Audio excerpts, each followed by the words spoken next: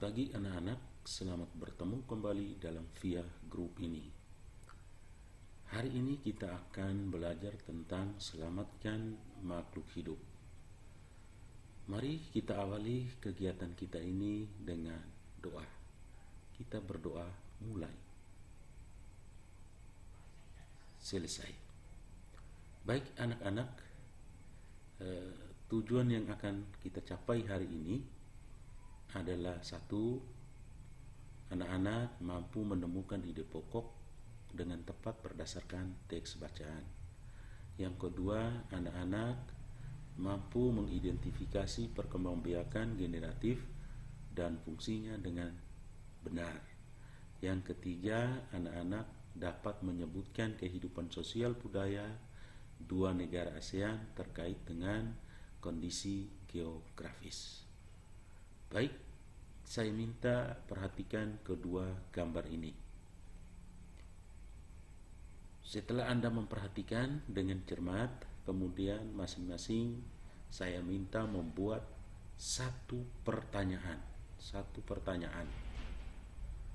Lalu pertanyaan itu dikirimkan kepada temanmu melalui VIA Group.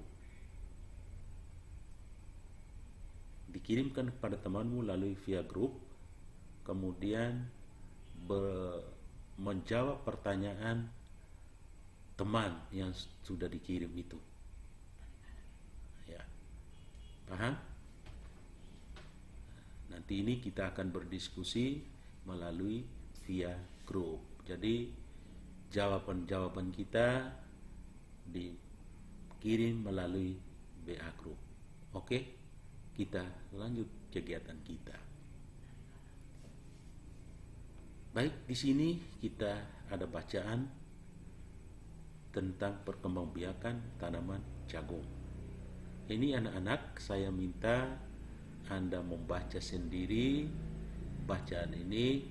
Kemudian di sini ada diagram yang sudah disiapkan untuk anak-anak menuliskan ide pokok dari setiap paragraf, mulai dari paragraf 1, paragraf 2, paragraf 3, dan paragraf ke-4.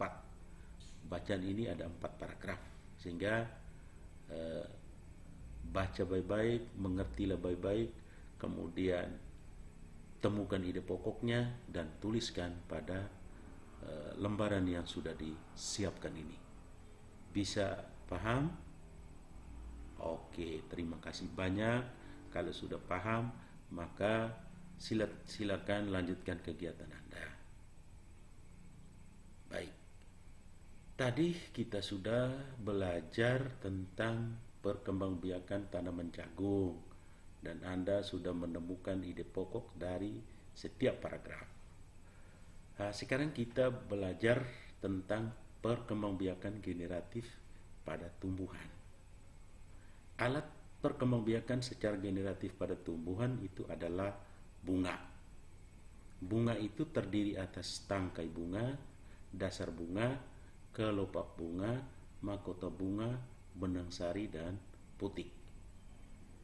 Benang sari itu merupakan alat kelamin jantan, sedangkan putik itu merupakan alat kelamin betina. Di dalam benang sari itu terdapat serbuk sari. Serbuk sari itu merupakan sel kelamin jantan. Namun perlu diingat anak-anak bahwa tidak semua tumbuhan itu memiliki benang sari dan putik dalam satu bunga. Tumbuhan yang memiliki benang sari dan putik dalam satu bunga itu disebut dengan bunga sempurna atau bunga lengkap. Sedangkan sebaliknya, tumbuhan yang hanya memiliki benang sari saja dan atau hanya putik saja dalam satu bunga, maka tumbuhan yang demikian itu dikatakan bunga tidak sempurna atau bunga tidak lengkap. Dalam perkembangbiakan secara generatif atau secara kawin pada tumbuhan itu biasanya dimulai dengan proses penyerbukan. Penyerbukan itu ada macam-macam. Yang pertama disebut dengan kleistogami, yaitu penyerbukan oleh tumbuhan itu sendiri tanpa perantara. Yang kedua anemogami, yaitu penyerbukan dengan bantuan angin. Ini kalau kita lihat dalam gambar ini, ketika terjadi angin, terus angin membawa serbuk-serbuk sari, kemudian serbuk sari itu akan jatuh melekat pada putik bunga ini atau bunga lain, maka akan terjadilah proses penyerbukan. Proses semacam itu disebut dengan anemogami. Yang ketiga, zoidiogami, itu artinya penyerbukan dengan bantuan hewan. Ini contoh biasanya pada kupu-kupu atau lebah madu yang biasanya berterbangan ke sana kemari hingga pada bunga. Kemudian tentunya ketika mereka hinggap di bunga, serbuk sari itu akan melekat, menempel pada kaki atau badannya atau sayapnya, lalu mereka terbang hinggap kembali di bunga lain, maka tentu membawa serbuk-serbuk sari itu, dan serbuk-serbuk sari yang dibawa itu tentu akan menempel atau melekat pada putik bunga lain, maka itu akan terjadilah proses penyerbukan. Proses yang demikian itu disebut dengan zoidiogami, penyerbukan dengan bantuan hewan. Kemudian yang keempat, hidrogami, yaitu penyerbukan dengan bantuan air. Ini biasanya pada saat hujan misalnya, serbuk-serbuk sari ini ketika terkena hujan, serbuk sari itu akan jatuh, melekat, menempel pada putik, dan akan terjadilah proses penyerbukan. Proses demikian disebut dengan hidrogami. Kemudian yang kelima, antropogami, yaitu penyerbukan yang sengaja dilakukan oleh manusia, yaitu misalnya pada tanaman vanili atau bisa juga pada beberapa jenis anggrek. Itu biasanya sengaja dilakukan oleh manusia. Juga ada jenis salak yang penyerbukannya harus dibantu oleh manusia. Baik, anak-anak, perhatikan gambar ini. Ya, tahukah kalian bagaimana proses perkembangbiakan generatif? Lalu apakah manfaat dari perkembangbiakan generatif? Perhatikan gambar ini baik-baik. Pada gambar ini ada bagian-bagian bunga. Tentu setiap bagian ini memiliki fungsi masing-masing. Kumpulkan informasi atau carilah informasi dari berbagai sumber. Ya, dari berbagai sumber, dari berupa buku atau berupa internet. Silakan anak-anak mencari dari berbagai sumber sendiri, dan juga diskusikan bersama orang dekatmu yang ada di rumah, dengan orang tuamu atau dengan kakak-kakakmu, dan juga berdiskusilah melalui via grup kita, ya, dengan teman-teman lain, ya, untuk mendapatkan jawabannya. Oke, kita lanjut kegiatan kita. Baik, masih berkaitan dengan penyerbukan tadi. Jadi ini berdasarkan asal serbuk sari ada 4 jenis, yaitu pertama penyerbukan sendiri. Itu artinya serbuk sari dan kepala putik berasal dari bunga yang sama. Ini contoh jelas, pada bunga ini terdapat serbuk sari dan juga putik. Serbuk sari pada bunga ini jatuh melekat pada putik bunga ini, maka ini akan terjadilah penyerbukan sendiri. Yang kedua, penyerbukan silang. Itu artinya serbuk sari berasal dari tumbuhan lain yang sejenis. Ini jelas gambar ini ada 2 pohon yang berbeda, bunganya jenisnya sama, serbuk sari dari bunga ini jatuh melekat di putik bunga ini, maka terjadilah proses penyerbukan. Proses penyerbukan ini disebut dengan silang, penyerbukan silang. Yang berikutnya, ketiga, penyerbukan tetangga, artinya serbuk sari dari bunga lain tetapi masih dalam sepohon. Ini hanya berbeda tangkainya atau cabangnya saja, masih dalam satu pohon. Jadi bunga ini serbuknya jatuh melekat pada putik bunga sebelah yang masih dalam satu pohon, hanya berbeda cabang atau ranting. Ini disebut dengan penyerbukan tetangga. Kemudian yang keempat, penyerbukan bastar. Itu artinya serbuk sari berasal dari tumbuhan lain yang berbeda jenis. Ini jenisnya berbeda. Ini kita lihat kedua bunga ini berbeda jenis. Serbuk sari dari bunga ini melekat menempel pada putik bunga sebelah ini. Maka ini terjadilah proses penyerbukan yang disebut dengan penyerbukan bastar. Baik, Anda lanjutkan kegiatan Anda dalam LKPD nanti. Baik, kita lihat lanjut. Ini tentang gambar. Perhatikan gambar ini baik-baik. Ini adalah gambar logo ASEAN.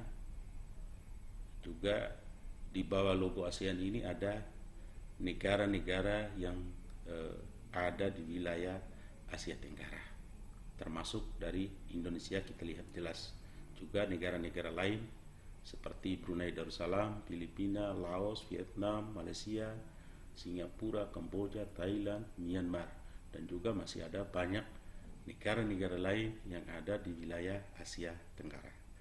Baik, pertanyaannya, mengapa terbentuknya ASEAN? Atau apa dasar terbentuknya ASEAN? Dasar terbentuknya ASEAN ini ada dua hal. Yang pertama, didasari atas letak geografis yang sama. Ini kita berada dalam satu wilayah geografis, yaitu di wilayah Asia Tenggara. Yang kedua, karena kita berada di satu wilayah geografis, maka tentu ada kemiripan budaya. Ya, dari dua hal inilah menjadi dasar terbentuknya ASEAN. Berikutnya, terbentuknya ASEAN pada awalnya itu diprakarsai oleh 5 negara, yaitu dari Indonesia, Malaysia, Filipina, Thailand, dan Singapura.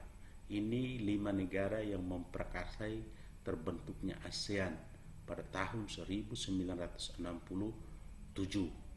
Pada waktu itu mereka membuat satu perjanjian, namanya Perjanjian Bangkok atau Deklarasi Bangkok di Thailand. Dan pada waktu itu wakil-wakil dari 5 negara ini turut menandatangani Perjanjian Bangkok atau Deklarasi Bangkok, yaitu dari Indonesia adalah Adam Malik, Malaysia itu Tun Abdul Razak, Filipina itu Narcisco Ramos, kemudian Thailand itu Tanat Koman, dan Singapura itu adalah S. Rajaratnam. Kelima tokoh ini dari 5 negara ini yang menandatangani Perjanjian Bangkok, terbentuknya ASEAN. Baik, tujuan terbentuknya ASEAN itu adalah untuk meningkatkan kesejahteraan bersama itu dalam bidang ekonomi, sosial, budaya, dan politik. Itu tujuan utamanya. Jadi untuk memajukan kerjasama di berbagai bidang ekonomi, sosial, budaya, dan politik. Ya. Karena perkembangan ini makin lama makin baik, maka banyak negara-negara yang ada di wilayah Asia Tenggara ini mulai turut bergabung. Dan hingga saat ini negara-negara yang terlibat atau bergabung dalam kelompok ASEAN itu kurang lebih sudah ada 10 negara. Baik, dengan demikian kegiatan kita mungkin sampai di sini.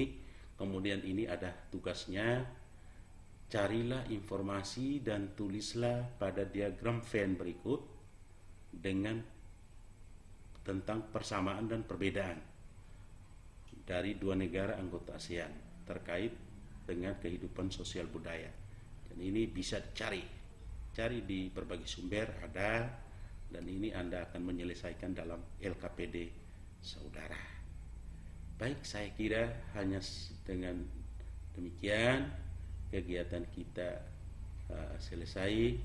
Sekali lagi saya ingatkan, tuliskan atau jawablah LKPD Anda masing-masing yang sudah diberikan, yang sudah dikirimkan melalui WA. Silakan selesaikan dan kirimkan kembali hasilnya.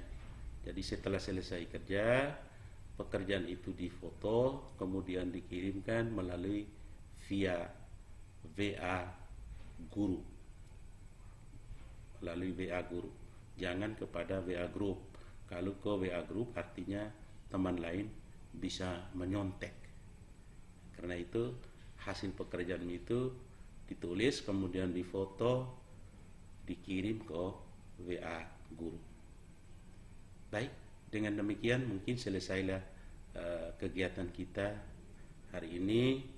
Dan terakhir saya ingatkan sekali lagi kepada anak-anak sekalian, saat ini situasi pandemi COVID-19 belum juga berakhir, maka marilah kita tetap menjaga diri, selalu menjaga kesehatan, menjaga kebersihan agar kita jangan sampai tertular dengan penyakit ini.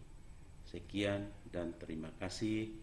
Marilah kita tutup dengan doa. Selesai.